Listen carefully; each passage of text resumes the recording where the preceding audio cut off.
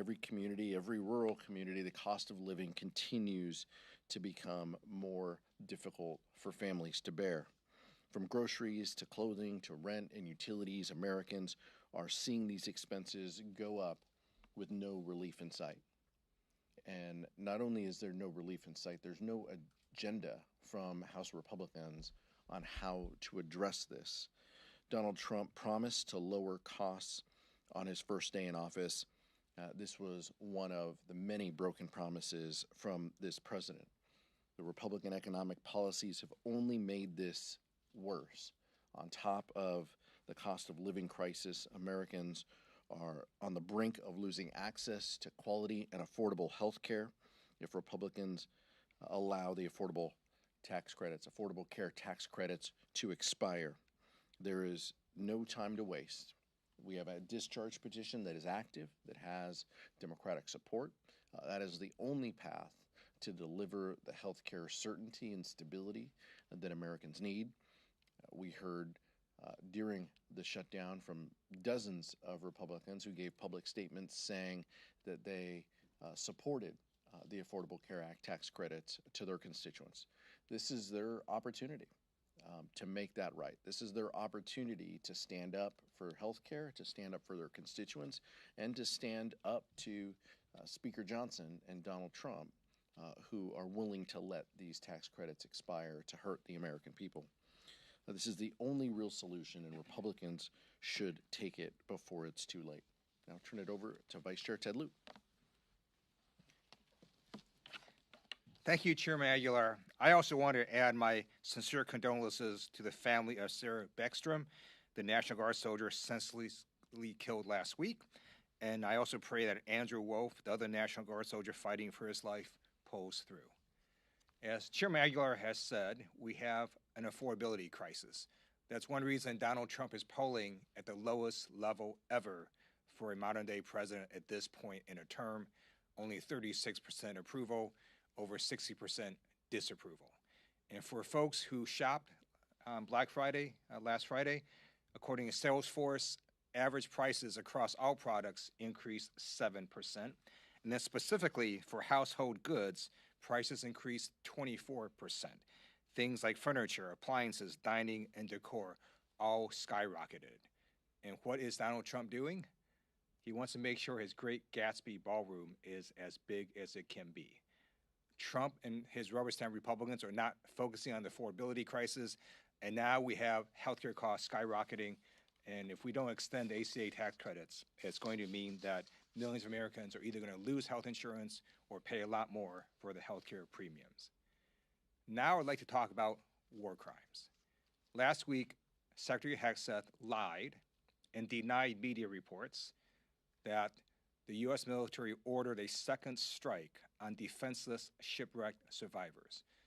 Then yesterday, both the White House and Hegseth said actually it was Admiral Bradley who ordered the second strike. I served on active duty as a JAG for 4 years and then an additional 21 years in the reserves. And let me be very clear, killing shipwrecked survivors is a war crime. The Pentagon's own Department of Defense law manual on the law of war literally says that, quote, orders to fire upon the shipwrecked will be clearly illegal. The Department of Justice must conduct an investigation into the war crime and hold all those accountable, including Secretary Hegseth. He allegedly said, quote, kill them all. If the Trump administration does not hold the people accountable, I guarantee you a future administration will do so because there is no statute of limitations for war crimes. And now I have a message for the members of the United States military. Thank you for your service to our great nation. And for those of us who served, we know that we all followed a code of conduct. And part of that code of conduct is to not lie and to accept responsibility. Unfortunately, the head of the Department of Defense, Secretary Hegseth, engaged in dishonorable conduct. He stated on national TV, quote, I watched it live. We knew exactly who was in that boat. And instead of accepting responsibility for what happened, Hegseth chose to throw Admiral Bradley under the bus. Shame on Pete Hegseth. He is a coward. He must resign. You deserve better. Questions? Michael? Thank you, Mr. Chair. You and the Vice Chair have spoken about affordability this morning. I'm sure this message you heard from your constituents while you were back home last week. But the White House, after the Black Friday numbers came out, said that the record Black Friday spending is an indication that some of the affordability sirens that you all have sounded are a little bit hyperbolic, or a little bit, kind of overblown. What's your reaction to the White House? Kevin Hassett was on the Sunday shows this weekend. What's your message to the White House, who's saying, look at the consumer spending numbers, look at how Americans are continuing to spend money, and that's an indicator that, again, some of what Democrats are saying, is kind of, overblown. People waiting in line to get a deal doesn't necessarily mean we have a soaring and roaring economy. It means people are looking for a deal. And so the only way we truly know what the economy looks like is, look, our members of Congress are out in our districts, we're out in our community, we see it, we talk to our friends and neighbors, and we hear from them the affordability crisis that they're in. We hear direct stories from them on their healthcare premiums doubling, and getting notices, and having to think about whether they're going to go without health care for the next year if these premium increases stay. That's what we hear. So, but look, in communities all across the country, people, Black Friday is a tradition to go wait in line and to try to get a deal, to try to get ahead on the Christmas shopping. But Kevin Hassett is in the White House. Is just continuing to, perpetuate lies if they use one anecdote as a reason to call for a good economy. One of the things that they can do and that they can control, though, is they can produce real data. They can fund the Bureau of Labor Statistics. They can fund agencies that give us good data so we have an understanding of what is happening with the economy. They don't want to do that. Because they know that the tariffs that they've imposed on Americans are crushing people, and they know that those costs are thousands of dollars that people will face this holiday season as a result of Trump's reckless economic policies. I find it really funny Republicans are making that argument about Black Friday setting records. The reason it set records is because prices increased. That's why, because people are paying more and getting less. And that's why you see consumer sentiment surveys that shows that consumer sentiment has been rapidly dropping. Polls after polls show that American people know that affordability is a crisis, and they want Trump and Republicans to do something about it instead of focus on stupid things. Yeah, we'll get to Tyler, but just one last point. None of the bills, Michael, it's a fair question, none of what we're saying on the House floor, comes back to addressing, this issue. If Republicans were so confident that the economy is in the right place, that the American people feel good, they talk in their morning meetings about wanting to address the affordability crisis. They have an opportunity every week here to put up meaningful bills that address that. We don't have that this week. We haven't had that in months, and their only solution is to do whatever the president asks them to do. Thanks, Mr. Chairman. A question for both you and maybe a little more for Vice Chair Luke, as you discussed Secretary Hegseth in your opening statement. But is impeachment for the defense secretary, is that something that should be on the table, and would you guys potentially support that right now, especially if the facts regarding this alleged follow-on strike on the shipwreck are borne out? Yeah, let's not draw the conclusion before we hear the evidence. I appreciate that both Senate majority and minority members, as well as House Armed Services members, Chairman Rogers and Ranking Member Smith, indicated that they want a full accountability to what's happening in Venezuela, especially with the strike, as the Vice Chair mentioned.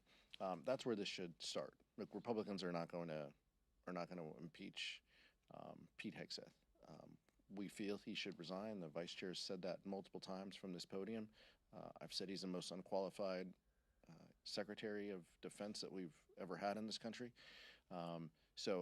That's how we personally feel. But when it comes to the evidence and the accountability and the oversight, let's go through that process. But members of the military, need to tell the truth, as the vice chair said, and we need a full accounting of what happened on that day with that strike in particular, and whether there were crimes that were committed.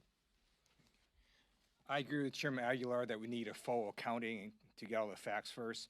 But we already do know that Secretary Hexeth lied, as did Sean Parnell at the Department of Defense. He also lied.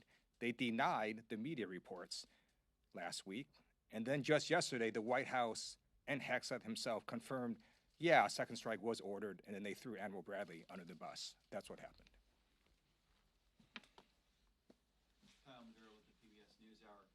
When it comes to the expiration of the expanded ACA subsidies, how much are you constrained by what can get 60 votes in the Senate? And are you willing to compromise at all on the Democratic discharge petition in order to get a handful of House Republicans on board that you would need to successfully move a discharge petition? Republicans have said that they want an extension, that they support the Affordable Care Act tax credits. We're giving them an opportunity to do that. That's what this discharge petition is about. As Leader Jeffries has said for months, Democrats will go anywhere and have any discussion with our Republican colleagues about addressing the Affordable Care Act tax credits or the affordability crisis. If Republicans want to have a conversation about solutions, we're all ears. What we're saying is we have a solution. We have a solution with more than 200 supporters. Work with us and let's address this. But right now, the Republican conference is in chaos. They haven't had a healthcare strategy ever. So we're not just going to sit around and wait for them to come up with 1 year, 3-year health savings account, all these things that they don't have consensus among themselves. They're in disarray and disagree with their own leadership on this. And it appears that Donald Trump might even disagree with them. Because before the holiday, he was willing to engage on this reportedly. So what we're saying is, look, we have a solution, we have a vehicle, we have an opportunity. Let's take this step, and then we can have conversations about what goes on in the Senate. I'm not a Senate expert, and so we're not pretending to be. We're trying to pass legislation out of this chamber. Open to Congressman Fitzpatrick's framework if the details are released in the next week or so?